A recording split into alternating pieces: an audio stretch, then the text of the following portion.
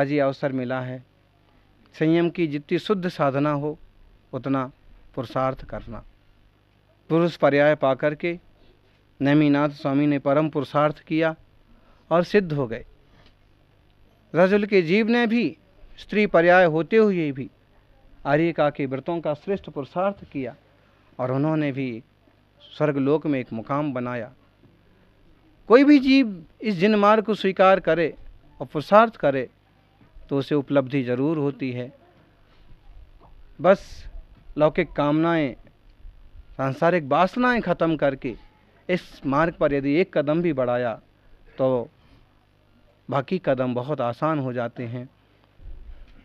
नेमिनाथ स्वामी का समोषण भी कभी यहीं लगा होगा। एक समोषण तो उनका यहाँ लगा ही लगा है। केवल ज्ञान हुआ और संभवतः पहली धर्म सभा यहीं हुई। केवल ज्ञान हुआ। प्रभु के 3 कल्याणक यहाँ हुए हैं। सम्मित शिखर अपन दर्शन करने जाते हैं, वहाँ जब पार्श्वनाथ भगवान की टोक के पहले नेमिनाथ भगवान की टोक मिलती है, वहाँ 3 चरण बने हुए हैं उस टोक में, एक ही पत्थर पर 3 चरण। तो फिर ऐसे बहुत बार लगता था कि सब जगह एक चरण है, यहाँ 3 चरण क्यों हैं?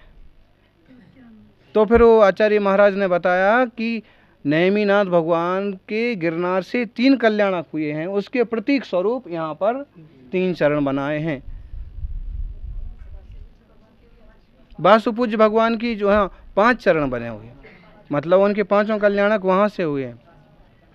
तो यहाँ से भगवान के 3 कल्याणक हुए।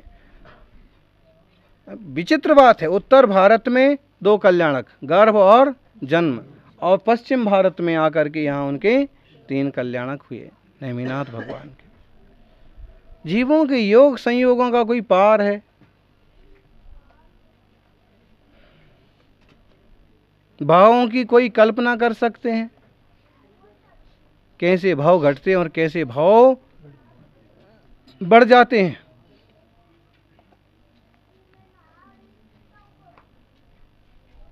हरिवंश पुराण में आता है नेमिनाथ स्वामी के 9 भावों की कथा, 10 भाव की कथा में, कि जब वो अपराजित राजा की पर्याय में थे तो उनके पिता ने दीक्षा ले ली और वो तपस्या करने लगे, और उनके पिता और उनके गुरु, मतलब पिता के गुरु, वो दोनों तपस्या करके मोक्ष चले गए। फिर अपराजित राजा का जीव कहता है कि मेरे पिता को केवल ज्ञान हुआ, लेकिन मैं उनके दर्शन नहीं कर पाया, मैं उनकी दिव्य ध्वनि सुन नहीं पाया, लेकिन मैं अपने पिता की दिव्य ध्वनि सुने बिना भोजन ग्रहण नहीं करूंगा। मंत्रियों ने समझाया कि वो तो मोक्ष चले गए केवल ज्ञान होकर के, तुमने दिव्य ध्वनि नहीं सुनी, तुम नहीं गए समोषण में, तो इसमें कोई क्या कर सकता है।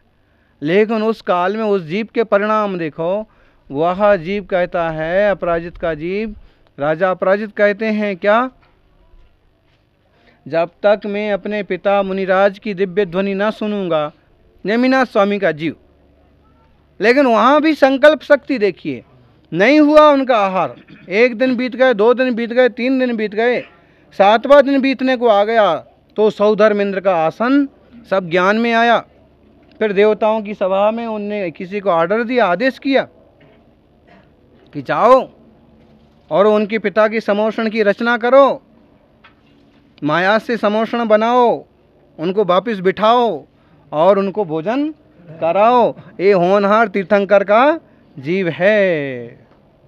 और देवों को आकर के समोषण रचना पड़ा और उनके पिता की रचना करना पड़ी और दिव्य ध्वनि हुई।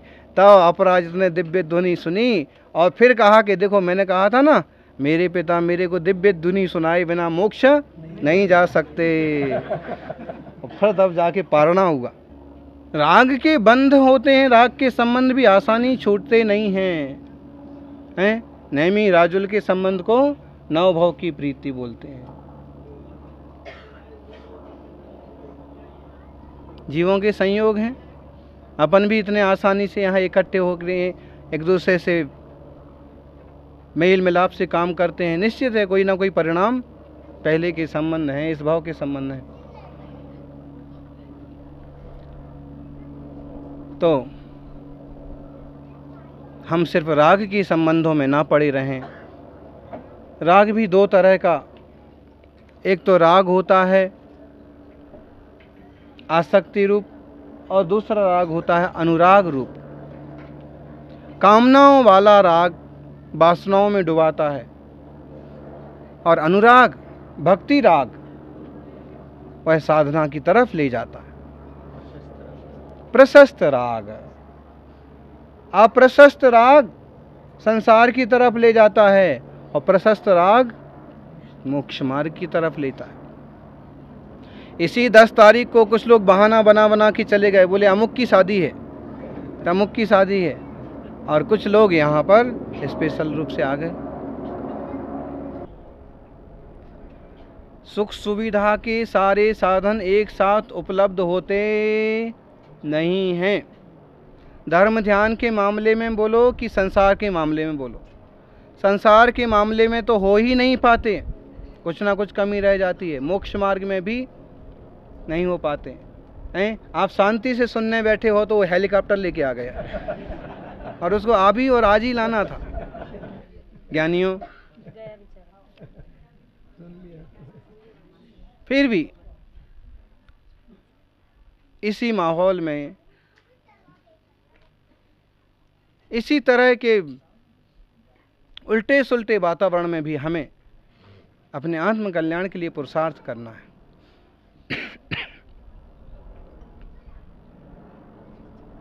हम सोचें कि सब तरफ की शांति हो जाए, सब तरफ से सब सुखी हो जाएं, उसके बाद हम दीक्षा लेंगे, तो वो संभव होता नहीं है। गहरी लाल तो ऐसे गहरे कुएं में पड़े थे कि इनको खींचने में, निकालने में कितने साल लग गए? 3 साल लग गए। 60 साल के हो गए। कितने साल के हो गए? 65 साल के हो गए। लेकिन फिर भी घर में रह करके और साधु जैसा जीवन जीने का पुरुषार्थ किया। हमारे बांसवाड़ा चतुर्मास में लगातार 64 उपवास किए।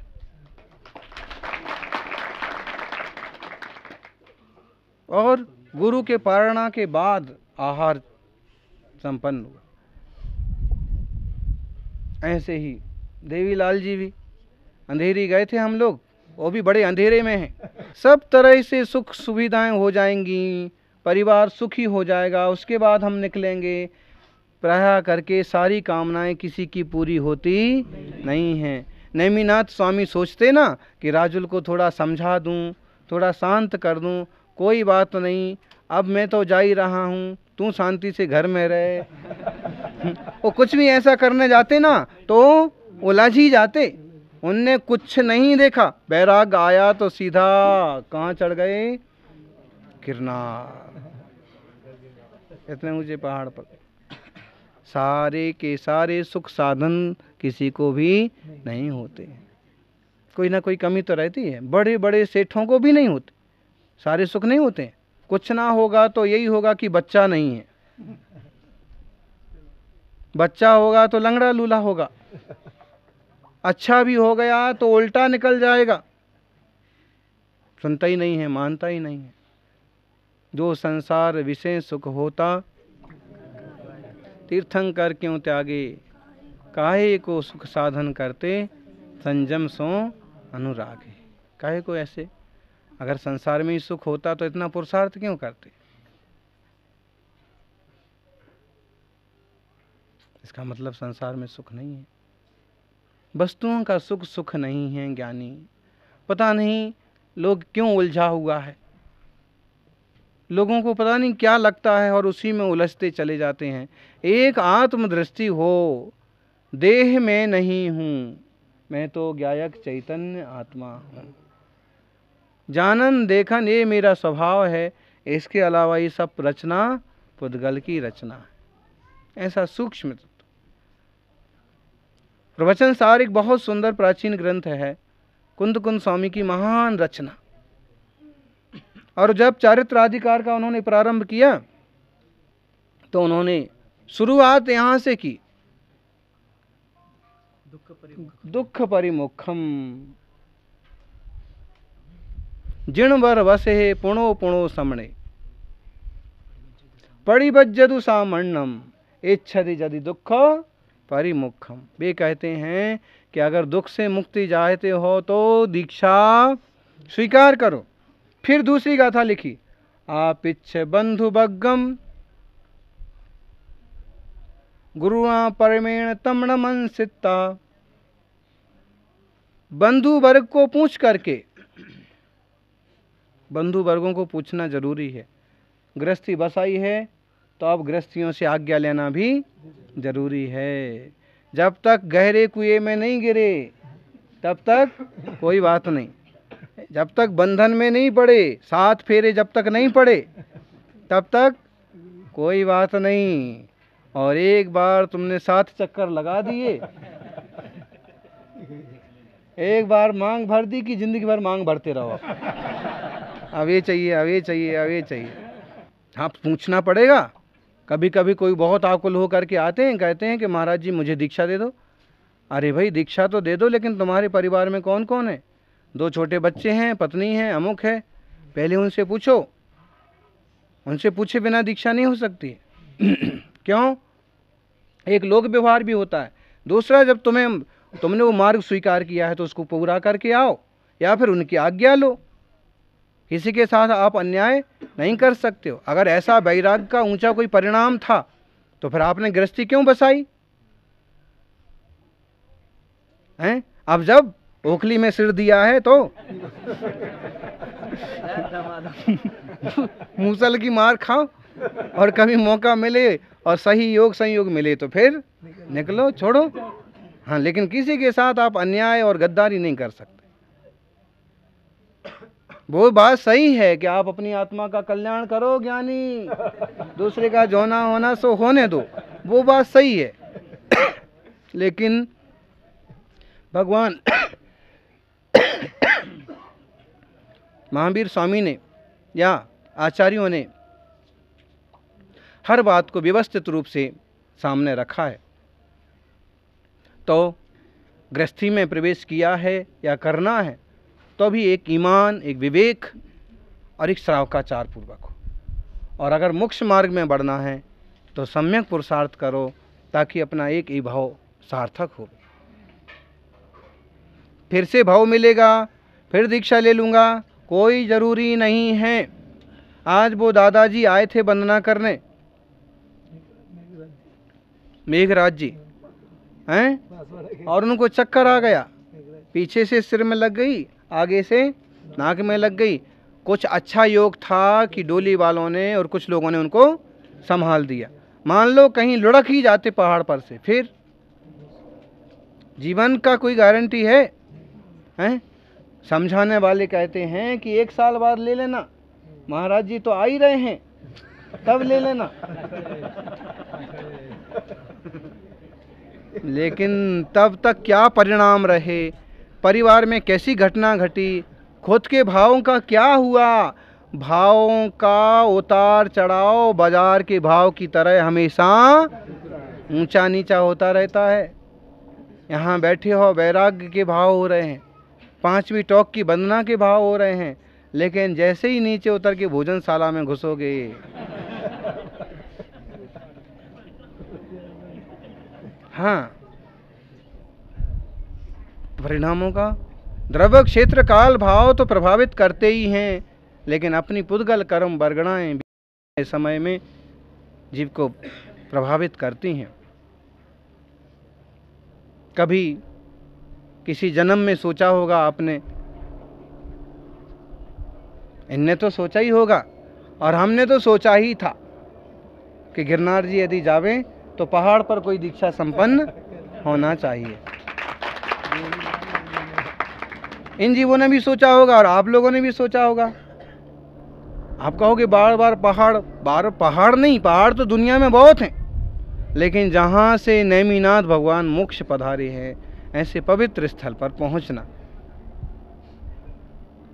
अब वो संसार में नहीं है। परम पवित्र है, सिद्ध लोक में अनंत सुखों में विराजित हैं, अनंत गुण वाले हैं। अनंत गुण ही अपना सच्चा वैभव है, आत्मा के असंख्यात प्रदेश ही अपना सच्चा घर है।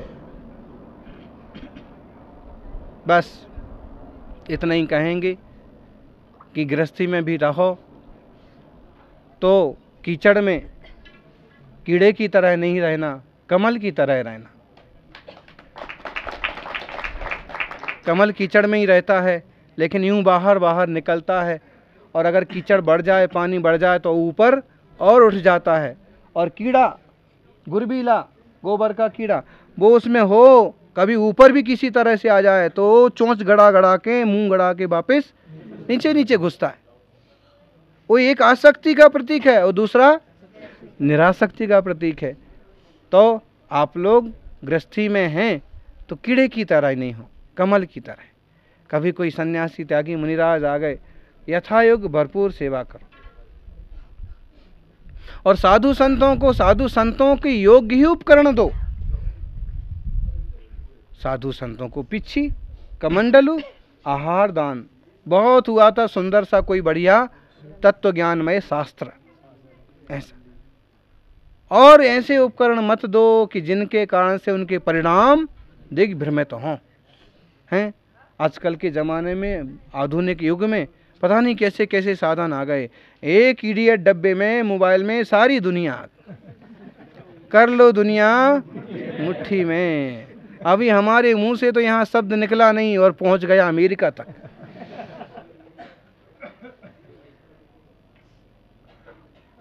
अभी साधन एक तरह से अच्छे भी हैं कि यहाँ बैठे हैं अपन, और यहाँ से कोई भी व्यक्ति अपने घर पर भी देख ले कि दीक्षा हो गई है, नाम रखा गया है। अच्छा भी है, लेकिन इसके दुरुपयोग भी बहुत हैं, बहुत खतरनाक है। और उसमें भी सीसीटीवी कैमरे तो और एक बात है कि कितने तरह के सिस्टम आ गए कि उसमें सांचे को झूठा भी कर दो और झूठे को सांचा भी कर दो। ऐसे विचित्र माहौल में अपन खुद भी आधुनिक साधनों का उपयोग विवेक पूर्वक करें और त्यागी वृत्तियों को आधुनिक संसाधनों में ना उलझाएं, अपितु योग्य ढंग से उनकी योग्य सेवा करें, ताकि उनने जो संयम का मार्ग लिया है उसकी सार्थकता हो, वो आगे बढ़ें, उनकी आत्मा की शुद्धि हो, और उनके आशीर्वाद पवित्र आचरण को स्वीकार करके हमारा आत्मा भी पवित्रता की दिशा में बढ़े। ऐसी मंगल भावना आज पहली टॉक पर अपन बैठे हैं। बाकी की दूसरी टॉक, तीसरी, चौथी, पांचवी टॉक भी अब लोग करके आ गए होंगे। हाँ, और ये देखो ये अम्मा एक साथ 5-7 डंडे लिए बैठी है। आप पता नहीं किसकी बाट लगने वाली।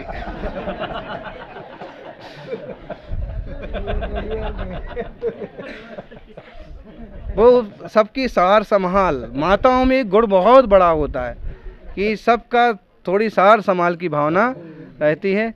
सबको मंगल आशीर्वाद, परिणाम की विशुद्धि हो और अपन सभी के जीवन में संयम के फूल खिलें। जय बोलिए 24 तीर्थंकर।